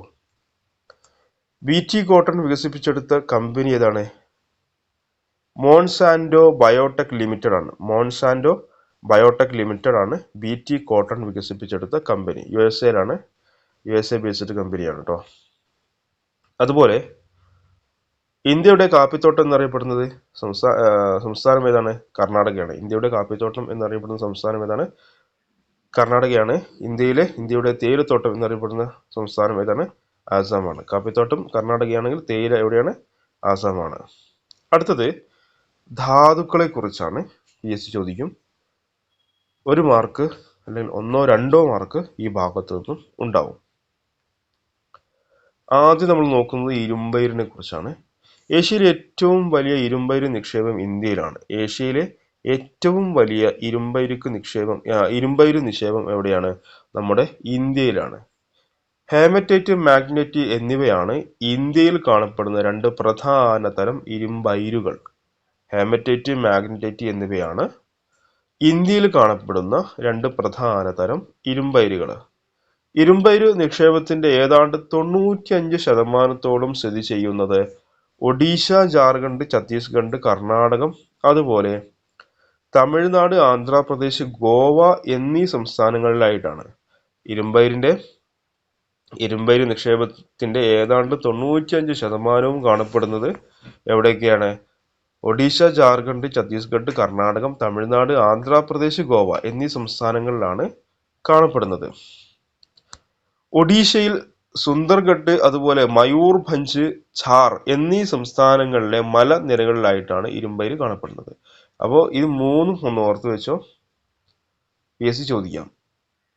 ഒഡീഷയിൽ സുന്ദർഗഡ്, അതുപോലെ മയൂർഭഞ്ച്, അതുപോലെ എന്താണ് ഝാർ എന്നിവിടങ്ങളിലെ മലനിരകളിലായിട്ടാണ് ഇരുമ്പയിര് പ്രധാനമായിട്ടും കാണപ്പെടുന്നത്. നമുക്ക് നോക്കാം ഇന്ത്യയിലെ പ്രധാന ഇരുമ്പയിര് ഖനന മേഖലകൾ. PSC ഈ ഒരു ടേബിളിൽ നിന്ന് ഉറപ്പായിട്ടും ഒരു ചോദ്യം ചോദിക്കും. ഒഡീഷയിലെ പ്രധാന ഖനന മേഖലകൾ ഏതൊക്കെയാണ്? നേരത്തെ നമ്മൾ പറഞ്ഞു, സുന്ദർഗഡ്, മയൂർഭഞ്ച്, അതുപോലെ ഝാർ. ഒഡീഷയിൽ അതായത് ക്വസ്റ്റ്യൻ ഇങ്ങനെയാണ് ഉണ്ടാവുക: പ്രധാന ഖനന മേഖലയായ സുന്ദർഗഡ് ഏത് സംസ്ഥാനത്താണ്, അല്ലെങ്കിൽ മയൂർഭഞ്ച് ഏത് സംസ്ഥാനത്താണ്? അങ്ങനെയൊക്കെയാണ് ചോദ്യങ്ങൾ വരിക. അപ്പോൾ കൃത്യമായിട്ട് ഓർത്ത് വെച്ചോ. 1 മാർക്ക് ഇവിടെ നിന്ന് ഉറപ്പായിട്ടുണ്ടാവും. 1 മാർക്ക് ഉറപ്പായിട്ടും ചോദിക്കും, യാതൊരു സംശയവുമില്ല. അപ്പോൾ ഈ ഒരു ടേബിൾ കൃത്യമായിട്ട് പഠിച്ചു വെച്ചോ. ഒഡീഷയിലെ പ്രധാന ഖനന മേഖലകൾ ഏതൊക്കെയാണ്? സുന്ദർഗഡ്, മയൂർഭഞ്ച്, ഝാർ. ഒഡീഷയിലെ സുന്ദർഗഡ്, മയൂർഭഞ്ച്, ഝാർ. സുന്ദർഗഡ്, മയൂർഭഞ്ച്, ഝാർ. അടുത്തത് ജാർഖണ്ഡിലെ ഏതൊക്കെയാണ്? സിഗ്ഭം, അതുപോലെ എന്താണ് ദുർഗ്. സിഗ്ഭവും ദുർഗ്. ജാർഖണ്ഡിലെ പ്രധാന ഖനന മേഖലയാണ് ഇത്. സിഗ്ഭം, അതുപോലെ ദുർഗ്. അതുപോലെ കർണാടകത്തിലെ പ്രധാന ഖനന മേഖലയാണ് ഇരുമ്പയിര് ഖനന മേഖലയാണ് ബെല്ലാരി, ചിക്മംഗളൂരു. ബെല്ലാരി അടുത്ത കാലത്ത് ചോദിച്ചിട്ടുണ്ട്. ബെല്ലാരി, ചിക്മംഗളൂരു, ഷിമോഗ, ചിത്രദുർഗ്. കർണാടകയിലെ ഏതൊക്കെയാണ്? ബെല്ലാരി, ചിക്മംഗളൂരു, ഷിമോഗ, ചിത്രദുർഗ്. ഇവയാണ് കർണാടകത്തിലെ പ്രധാന ഖനന മേഖലകൾ. ഗോവയിൽ പിന്നെ നമുക്കറിയാം മർമ്മ ഗോവയാണ്.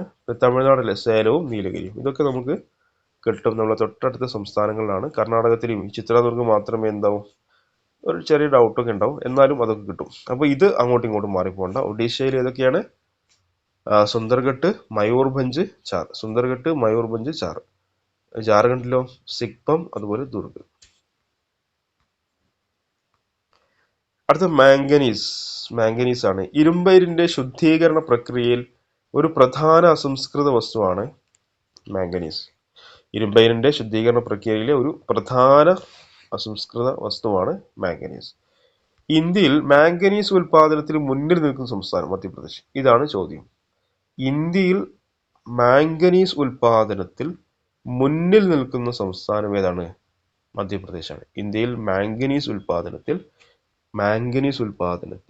മുന്നിൽ നിൽക്കുന്ന സംസ്ഥാനമാണ് ഇത്, മധ്യപ്രദേശ്. അതുപോലെ ലോകത്തിൽ ഏറ്റവും കൂടുതൽ മാംഗനീസ് ഉൽപ്പാദിപ്പിക്കുന്ന രാജ്യം ഏതാണ്? ദക്ഷിണാഫ്രിക്കയാണ്. ലോകത്തിൽ ഏറ്റവും കൂടുതൽ മാംഗനീസ് ഉൽപ്പാദിപ്പിക്കുന്ന രാജ്യം ഏതാണ്? ദക്ഷിണാഫ്രിക്കയാണ്. അപ്പോൾ ഇന്ത്യയിൽ ഏറ്റവും കൂടുതൽ മധ്യപ്രദേശ് ആണെങ്കിൽ ലോകത്തിൽ ദക്ഷിണാഫ്രിക്കയാണ്. അടുത്തത് ബോക്സൈറ്റ് ആണ്. അലൂമിനിയം ഉൽപാദനത്തിനായി ഉപയോഗിക്കുന്ന അയിരാണ് ഇത്, ബോക്സൈറ്റ്. ഇതൊരു 100 തവണ PSC ചോദിച്ച ചോദ്യമാണ്. അലൂമിനിയം ഉൽപാദനത്തിനായി ഉപയോഗിക്കുന്ന അയിര് ഏതാണ്?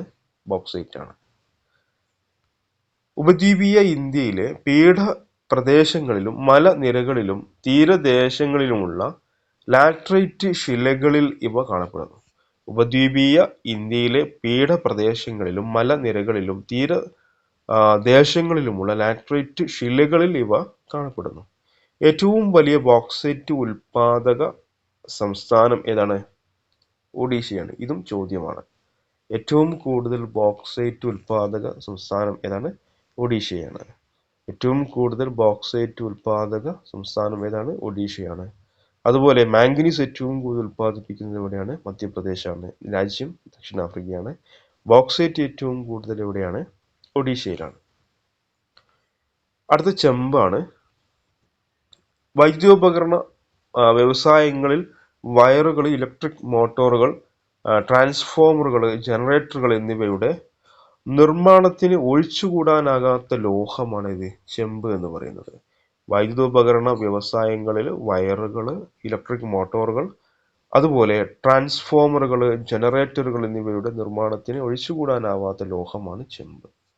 ചെമ്പിനെ മറ്റു ലോഹങ്ങളുമായി കൂട്ടിച്ചേർക്കാനോ അതുപോലെ അടിച്ചു പരത്താനും വലിച്ചു നീട്ടാനും കഴിയും. ചെമ്പിനെ മറ്റു ലോഹങ്ങളുമായി കൂട്ടിച്ചേർക്കാനും അടിച്ചു പരത്താനും വലിച്ചു നീട്ടാനും കഴിയുന്ന ലോഹമാണ് ചെമ്പ്. ആഭരണങ്ങൾക്ക് ഉറപ്പ് നൽകുന്നതിന് ഇത് സ്വർണവുമായി കൂട്ടിക്കലർത്താറുണ്ട്. ആഭരണങ്ങൾക്ക് ഉറപ്പ് നൽകുന്നതിന് ഇത് സ്വർണവുമായി കൂട്ടിക്കലർത്താറുണ്ട്. അതുപോലെ ചെമ്പ് നിക്ഷേപങ്ങൾ മുഖ്യമായും കാണപ്പെടുന്ന പ്രദേശങ്ങൾ ഏതൊക്കെയാണ്? ജാർഖണ്ഡിലെ സിക്ഭം ജില്ല, മധ്യപ്രദേശിലെ ബാലഘട്ട് ജില്ല, രാജസ്ഥാനിലെ ജുൻജുനു, അൽവാര ജില്ലകൾ. ഏതൊക്കെയാണ് ചെമ്പ് ഏറ്റവും കൂടുതൽ ഉൽപ്പാദിപ്പിക്കുന്നത്? ജാർഖണ്ഡിലെ സിക്ഭം, ഇത് ചോദിച്ചതാണ്. ജാർഖണ്ഡിലെ സിക്ഭം ജില്ല, മധ്യപ്രദേശിലെ ബാലഘട്ട് ജില്ല, രാജസ്ഥാനിലെ ജുൻജുൻ, അൽവാര ജില്ലകൾ. അപ്പോൾ ഇന്ത്യയിലെ ഏറ്റവും വലിയ ചെമ്പ് ഖനി എവിടെയാണ്? ഖേത്രിയാണ്. രാജസ്ഥാനിലെ ഖേത്രിയാണ്. ഇന്ന് ഓർത്ത് വെച്ചോ, ഇതാണ് ചോദ്യം. ഇന്ത്യയിലെ ഏറ്റവും വലിയ ചെമ്പ് ഖനി ഏതാണ്? ഖേത്രിയാണ്. ഇന്ത്യയിലെ ഏറ്റവും വലിയ ചെമ്പ് ഖനി ഏതാണ്? ഖേത്രിയാണ്. രാജസ്ഥാനിലാണ് ഖേത്രി സ്ഥിതി ചെയ്യുന്നത്. ഇന്ത്യയിലെ ഏറ്റവും വലിയ ചെമ്പ് ഖനി ഏതാണ്? ഖേത്രിയാണ്. ലോകത്തിൽ ഏറ്റവും കൂടുതൽ ചെമ്പ് ഉൽപ്പാദിപ്പിക്കുന്ന രാജ്യം ഏതാണ്? ചിലിയാണ്. ലോകത്തിൽ ഏറ്റവും കൂടുതൽ ചെമ്പ് ഉൽപ്പാദിപ്പിക്കുന്ന രാജ്യം ഏതാണ്? ചിലിയാണ്. ലോകത്തിൽ ഏറ്റവും കൂടുതൽ ചെമ്പ് ഉൽപ്പാദിപ്പിക്കുന്നത് ചിലിയാണ്. അതുപോലെ ഇന്ത്യയിൽ ഏറ്റവും വലിയ ചെമ്പ് ഖനി എവിടെയാണ്? ഖേത്രിയാണ്. രാജസ്ഥാനിലെ ഖേത്രിയാണ്. അടുത്തത് അലോഹ ധാതുക്കളാണ്. ഇന്ത്യയിൽ ഉൽപ്പാദിപ്പിക്കുന്ന പ്രധാന അലോഹ ധാതുക്കൾ ഏതൊക്കെയാണ്? അബ്രം, ചുണ്ണാമ്പുകല്ല്, ഡോളമൈറ്റ്, ഫോസ്ഫേറ്റ്. ഏതൊക്കെയാണ് ഇന്ത്യയിൽ ഉൽപ്പാദിപ്പിക്കുന്ന പ്രധാനപ്പെട്ട അലോഹ ധാതുക്കൾ? അബ്രം, ചുണ്ണാമ്പുകല്ല്, ഡോളമൈറ്റ്, ഡോളമൈറ്റ്, അതുപോലെ എന്താണ് ഫോസ്ഫേറ്റ്. ആദ്യം അഭ്രത്തെക്കുറിച്ച്, അതായത് മൈക്ക എന്നാണ്. അഭ്രത്തെക്കുറിച്ച് നമ്മൾ പഠിക്കാം. വൈദ്യുത ഉപകരണ വ്യവസായങ്ങളിലും ഇലക്ട്രോണിക് വ്യവസായങ്ങളിലുമാണ് മൈക്ക മുഖ്യമായും ഉപയോഗിക്കുന്നത്. വൈദ്യുത ഉപകരണ വ്യവസായങ്ങളിലും ഇലക്ട്രോണിക് വ്യവസായങ്ങളിലുമാണ് മൈക്ക മുഖ്യമായും ഉപയോഗിക്കുന്നത്. ഇന്ത്യയിലെ പ്രധാന മൈക്ക ഉൽപാദകർ ആരൊക്കെയാണ്? ജാർഖണ്ഡ്, ആന്ധ്രാപ്രദേശ്, രാജസ്ഥാന്, തമിഴ്നാട്, മധ്യപ്രദേശ്, പശ്ചിമ ബംഗാൾ. ഇന്ത്യയിലെ പ്രധാന മൈക്ക ഉൽപാദകർ ആരൊക്കെയാണ്? ജാർഖണ്ഡ്, ആന്ധ്രാപ്രദേശ്, രാജസ്ഥാന്, തമിഴ്നാട്, മധ്യപ്രദേശ്, പശ്ചിമ ബംഗാൾ. അടുത്തത് സ്വർണമാണ്. ഇന്ത്യയിലെ ആദ്യ സ്വകാര്യ സ്വർണ്ണ ഖനി ആരംഭിക്കാൻ പോകുന്നത് ഏതൊക്കെ സ്ഥലങ്ങളിലാണ്? ജോന്നഗിരിയിലും അതുപോലെ കുർണൂർ ജില്ലയിലും. ഇന്ത്യയിലെ ആദ്യ സ്വകാര്യ സ്വർണ്ണഖനി ആരംഭിക്കാൻ പോകുന്നത് ജോന്നഗിരിയിലും കുർണൂർ ജില്ലയിലുമാണ്. ഇത് രണ്ടും ആന്ധ്രാപ്രദേശിലാണ് സ്ഥിതി ചെയ്യുന്നത്. ഇന്ത്യയിലെ പ്രധാന സ്വർണ്ണ ഖനികൾ ഏതാണ്? കോളാർ ഹട്ടിയും പിന്നെ ഏതാണ്? കോളാർ ഹട്ടി, കർണാടക കോളാർ ഹട്ടിയിലാണ് ഇന്ത്യയിലെ പ്രധാന സ്വർണ്ണ ഖനി. അതുപോലെ ആന്ധ്രാപ്രദേശിലെ രാംഗിരിയിലുമാണ്. ഇന്ത്യയിലെ പ്രധാന സ്വർണ്ണ ഖനികൾ ഏതൊക്കെയാണ്? കോളാർ ഹട്ടിയും അതുപോലെ എന്താണ് രാംഗിരിയുമാണ്. രാംഗിരി ആന്ധ്രാപ്രദേശിലാണ്. ഇന്ത്യയിൽ ഏറ്റവും കൂടുതൽ സ്വർണ്ണം ഉൽപ്പാദിപ്പിക്കുന്ന സംസ്ഥാനം കർണാടകയാണ്. PYQ ആണ്, ഒരുപാട് തവണ ചോദിച്ചതാണ്. ഇന്ത്യയിൽ ഏറ്റവും കൂടുതൽ സ്വർണ്ണം ഉൽപ്പാദിപ്പിക്കുന്ന സംസ്ഥാനം ഏതാണ്? കർണാടകയാണ്. അടുത്ത വജ്രഖനിയാണ്. ഇന്ത്യയിലെ ഏക വജ്രഖനി ഏതാണ്? ഇതും പല തവണ PSC ചോദിച്ചതാണ്. പന്ന, മധ്യപ്രദേശാണ്. ഇന്ത്യയിലെ ഏക വജ്രഖനി പന്ന, മധ്യപ്രദേശ്. പ്രശസ്ത കിംബർലി വജ്രഖനി സ്ഥിതി ചെയ്യുന്ന രാജ്യം ഏതാണ്? ദക്ഷിണാഫ്രിക്കയാണ്. പ്രശസ്തമായ കിംബർലി വജ്രഖനി സ്ഥിതി ചെയ്യുന്ന രാജ്യം ഏതാണ്? ദക്ഷിണാഫ്രിക്കയാണ്. ഇന്ത്യയിൽ ഏറ്റവും കൂടുതൽ വെള്ളി ഉൽപ്പാദിപ്പിക്കുന്ന രാജസ്ഥാനിലെ ഖനിയാണിത് സവർ ഖനി എന്ന് പറയുന്നത്. ഇന്ത്യയിൽ ഏറ്റവും കൂടുതൽ വെള്ളി ഉൽപ്പാദിപ്പിക്കുന്ന രാജസ്ഥാനിലെ ഖനിയാണ് സവർ ഖനി എന്ന് പറയുന്നത്. അടുത്തത് oil and natural gas corporation limited സ്ഥാപിതമായ വർഷം എന്നാണ്? 1956ലാണ്. Oil and natural gas corporation limited സ്ഥാപിതമായ വർഷം എന്നാണ്? 1956ആണ്. ജിയോളജിക്കൽ സർവേ ഓഫ് ഇന്ത്യ സ്ഥാപിതമായ വർഷം എന്നാണ്? 1851. ജിയോളജിക്കൽ സർവേ ഓഫ് ഇന്ത്യ സ്ഥാപിതമായ വർഷം എന്നാണ്? 1851. അതുപോലെ oil and natural gas corporation limited സ്ഥാപിതമായ വർഷം 1956ആണ്. Central institute of mining and fuel research സ്ഥിതി ചെയ്യുന്നത് എവിടെയാണ്? ധൻബാദ് ആണ്. ജാർഖണ്ഡിലെ ധൻബാദിലാണ് central institute of mining and fuel research സ്ഥിതി ചെയ്യുന്നത് എവിടെയാണ്? ധൻബാദ് ആണ്. ജാർഖണ്ഡിലെ ധൻബാദ് ആണ്. അടുത്തത് പ്രധാനപ്പെട്ട ചില ധാതു ഇന്ധനങ്ങളും സവിശേഷതകളുമാണ് അടുത്ത് നമ്മൾ നോക്കുന്നത്. ആദ്യമായിട്ട് നോക്കുന്നത് കൽക്കരിയാണ്. താപോർജ്ജ ഉൽപാദനത്തിനും ഇരുമ്പയിരിന്റെ ഉരുക്കൽ പ്രക്രിയയ്ക്കും ഉപയോഗപ്പെടുത്തുന്ന ഒരു പ്രധാന ധാതുവാണ് കൽക്കരി. താപോർജ്ജ ഉൽപാദനത്തിനും ഇരുമ്പയിരിന്റെ ഉരുക്കൽ പ്രക്രിയയ്ക്കും ഉപയോഗിക്കുന്ന ഒരു പ്രധാന ധാതുവാണ് ഇത് കൽക്കരി. ഇന്ത്യയിലെ ഏറ്റവും വലിയ കൽക്കരി പാടം ഏതാണ്? PYQ ആണ്, ഒരുപാട് തവണ PSC ചോദിച്ചതാണ്. ഇന്ത്യയിലെ ഏറ്റവും വലിയ കൽക്കരി പാടം ഝാരിയ, ജാർഖണ്ഡ് ഝാരിയ. ഇന്ത്യയിലെ ഏറ്റവും വലിയ കൽക്കരിപ്പാടം. ഇന്ത്യയിലെ ഏറ്റവും വലിയ കൽക്കരിപ്പാടം ഏതാണ്? ഝാരിയ, ജാർഖണ്ഡ്. ഇന്ത്യയിലെ ഏറ്റവും വലിയ കൽക്കരിപ്പാടം ഝാരിയ, ജാർഖണ്ഡ്. രണ്ടാം സ്ഥാനം ഏതാണ്? റാണിഗഞ്ച് ആണ്. രണ്ടാം സ്ഥാനം റാണിഗഞ്ച് ആണ്. ജാർഖണ്ഡ്, ബംഗാൾ കൽക്കരി മേഖലയിൽ സ്ഥിതി ചെയ്യുന്ന കൽക്കരി പാടങ്ങളിൽ പ്രധാനപ്പെട്ടത് ഏതൊക്കെയാണ്? റാണിഗഞ്ച്, ഝാരിയ, ബൊക്കാറോ, ഗിരിഡി, കരൻപുര. ജാർഖണ്ഡ്, ബംഗാൾ കൽക്കരി മേഖലയിൽ ഇങ്ങനെയൊന്നും ചോദിക്കാൻ സാധ്യതയില്ല, ജസ്റ്റ് കൊടുത്തു എന്നേ ഉള്ളൂ. ജാർഖണ്ഡ്, ബംഗാൾ കൽക്കരി മേഖലയിൽ സ്ഥിതി ചെയ്യുന്ന പ്രധാന കൽക്കരി പാടങ്ങളിൽ പ്രധാനപ്പെട്ടത് ഏതൊക്കെയാണ്? റാണിഗഞ്ച്, ഝാരിയ, ബൊക്കാറോ, ഗിരിഡി, കരൻപുര. പ്രധാന കൽക്കരി ഖനന കേന്ദ്രങ്ങൾ ഏതൊക്കെയാണ്? ഒന്ന് ഓർത്ത് വെച്ചോ. ഛത്തീസ്ഗഡിലെ കോർബ, ഒഡീഷയിലെ താൽച്ചർക്ക് PSC ചോദിച്ചതാണ്. പ്രധാനപ്പെട്ട കൽക്കരി ഖനന കേന്ദ്രങ്ങൾ. താൽച്ചർ എവിടെയാണ്? ഒഡീഷയിലാണ്. താൽച്ചർ ഒഡീഷയിലാണ്. കൽക്കരി ഖനന കേന്ദ്രമാണ് താൽച്ചർ. അത് ഒഡീഷയിലാണ് സ്ഥിതി ചെയ്യുന്നത്. കോർബ ഛത്തീസ്ഗഡിലാണ്. കൽക്കരി ഖനന കേന്ദ്രമാണ് കോർബ, ഛത്തീസ്ഗഡിലാണ് സ്ഥിതി ചെയ്യുന്നത്. അടുത്തത് ടെർഷ്യറി കൽക്കരി പാടങ്ങൾ കാണപ്പെടുന്നത് എവിടെയാണ്? ആസാം, അരുണാചൽ പ്രദേശ്, മേഘാലയ, നാഗാലാൻഡ്. കിഴക്കൻ സംസ്ഥാനങ്ങളിലാണ് എന്ത് ടെർഷ്യറി കൽക്കരി പാടങ്ങൾ കാണപ്പെടുന്നത്. കിഴക്കൻ സംസ്ഥാനങ്ങളായ അസം, അരുണാചൽ പ്രദേശ്, മേഘാലയ, നാഗാലാൻഡ് എന്നീ 4 സംസ്ഥാനങ്ങളിലാണ് ടെർഷ്യറി കൽക്കരി പാടങ്ങൾ കാണപ്പെടുന്നത്. അങ്ങനെ ഒന്ന് ഓർത്ത് വെച്ചാൽ മതി. ബ്രൗൺ കോൾ അഥവാ ലിഗ്നൈറ്റ് കാണപ്പെടുന്നത് എവിടെയൊക്കെയാണ്? തമിഴ്നാട്, പോണ്ടിച്ചേരി, ഗുജറാത്ത് തീരപ്രദേശങ്ങളിലും ജമ്മു കാശ്മീരിലുമാണ് ബ്രൗൺ കോൾ അഥവാ ലിഗ്നൈറ്റ് കാണപ്പെടുന്നത്. എവിടെയൊക്കെയാണ്? തമിഴ്നാട്, പോണ്ടിച്ചേരി, ഗുജറാത്ത്. പിന്നെ എവിടെയാണ്? ഗുജറാത്തിന്റെ തീരപ്രദേശങ്ങളിലും ജമ്മു കാശ്മീരിലുമാണ് ബ്രൗൺ കോൾ അഥവാ ലിഗ്നൈറ്റ് കാണപ്പെടുന്നത്. അടുത്തത് പെട്രോളിയമാണ്. അമൂല്യതയും വൈവിധ്യമാർന്ന ഉപയോഗവും കാരണം പെട്രോളിയം അറിയപ്പെടുന്നത് ദ്രാവക സ്വർണം എന്നാണ്. ഇത് VS ചോദിച്ചതാണ്. ദ്രാവക സ്വർണം എന്നറിയപ്പെടുന്നത് പെട്രോളിയം ആണ്. അമൂല്യതയും വൈവിധ്യമാർന്ന ഉപയോഗവും കാരണം പെട്രോളിയം അറിയപ്പെടുന്നത് ദ്രാവക സ്വർണം എന്നാണ്. രാസഘടനയിലും നിറത്തിലും ആപേക്ഷിക സാന്ദ്രതയിലും വ്യത്യസ്തത പുലർത്തുന്ന ദ്രാവക വാതക അവസ്ഥയിലുള്ള ഹൈഡ്രോ കാർബണുകൾ ഉൾക്കൊള്ളുന്നതാണ് അസംസ്കൃത പെട്രോളിയം എന്ന് പറയുന്നത്. രാസഘടനയിലും നിറത്തിലും ആപേക്ഷിക സാന്ദ്രതയിലും വ്യത്യസ്തത പുലർത്തുന്ന ദ്രാവക വാതക അവസ്ഥയിലുള്ള ഹൈഡ്രോ കാർബണുകൾ ഉൾക്കൊള്ളുന്നതാണ് അസംസ്കൃത പെട്രോളിയം എന്ന് പറയുന്നത്. അസംസ്കൃത പെട്രോളിയം കാണപ്പെടുന്ന ശിലകൾ ഏതാണ്? അവസാദ ശിലകളാണ്. ഇത് ഓർത്ത് വെച്ചോ. അസംസ്കൃത പെട്രോളിയം കാണപ്പെടുന്ന ശിലകൾ ഏതാണ്? അവസാദ ശിലകൾ. അസംസ്കൃത പെട്രോളിയം കാണപ്പെടുന്ന ശിലകൾ ഏതൊക്കെയാണ്? അവസാദ ശിലകള്. ഇന്ത്യയിൽ ഏറ്റവും പഴക്കമേറിയ എണ്ണപ്പാടം ഏതാണ്? ദിഗ്ബോയി ആണ്. ഓർത്ത് വെച്ചോ.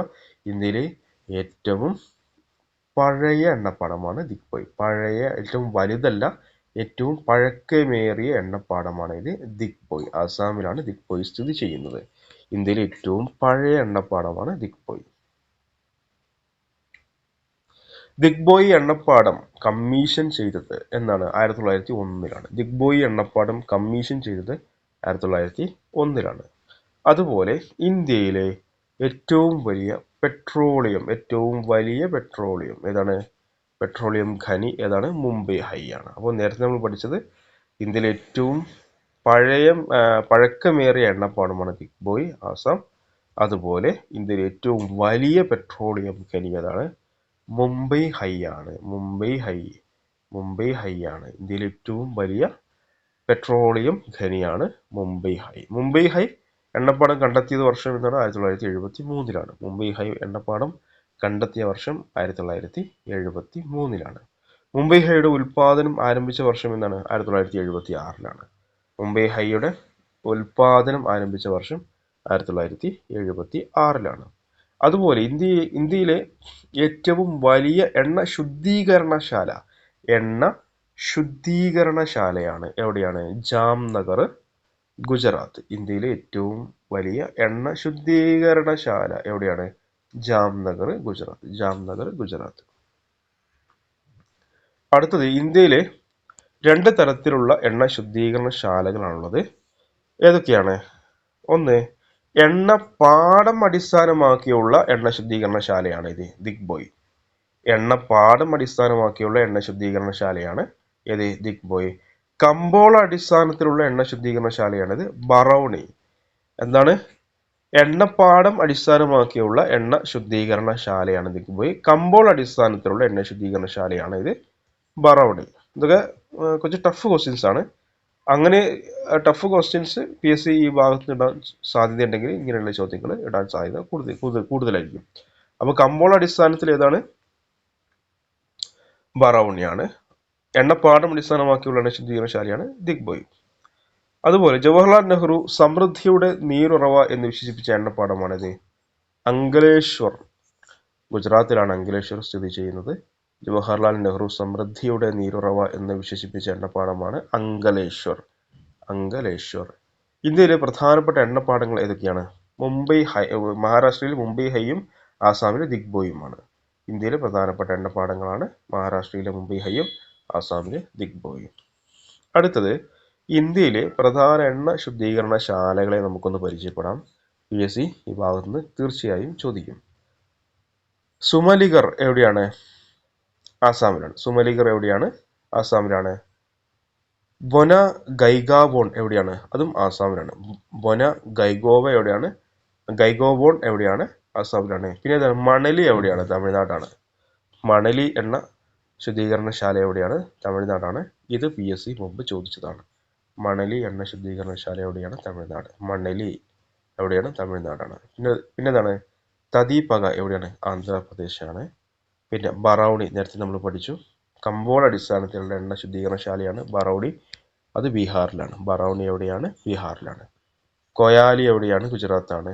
അമ്പലമുകൾ എവിടെയാണ്? കേരളത്താണ്. അപ്പോൾ കേരളത്തിലെ എണ്ണ ശുദ്ധീകരണശാലയാണിത്, അമ്പലമുകൾ. ഇതും ഓർത്ത് വെച്ചോ. കേരളത്തിലെ എണ്ണ ശുദ്ധീകരണശാലയാണ് അമ്പലമുകൾ. കേരളത്തിലെ എണ്ണ ശുദ്ധീകരണശാലയാണിത്, അമ്പലമുകൾ. അമ്പലമുകൾ. അമ്പലമുകൾ. അപ്പോൾ അമ്പലമുകൾ എന്തിനെ പ്രശസ്തമായതാണ്? എണ്ണ ശുദ്ധീകരണശാലയാണ്. അമ്പലമുകൾ. അപ്പോൾ കേരളത്തിലെ എണ്ണ ശുദ്ധീകരണശാലയാണ് അമ്പലമുകൾ. ഓക്കെ. ഹാൽഡി എവിടെയാണ്? പശ്ചിമ ബംഗാളാണ്. ഹാൽഡി എവിടെയാണ്? പശ്ചിമ ബംഗാളിലാണ്. അടുത്തത് പ്രകൃതിവാതകങ്ങളെ കുറിച്ചാണ്. പ്രകൃതിവാതകത്തിന്റെ ഗതാഗതത്തിനും വിപണനത്തിനുമുള്ള ഒരു പൊതുമേഖലാ സംരംഭമായി the gas authority of India limited സ്ഥാപിതമാക്കപ്പെട്ട വർഷമാണ് 1984. പ്രകൃതിവാതകത്തിന്റെ ഗതാഗതത്തിനും വിപണനത്തിനുമുള്ള ഒരു പൊതുമേഖലാ സംരംഭമായി the gas authority of India limited സ്ഥാപിക്കപ്പെട്ട വർഷം എന്നാണ് 1984. Gas authority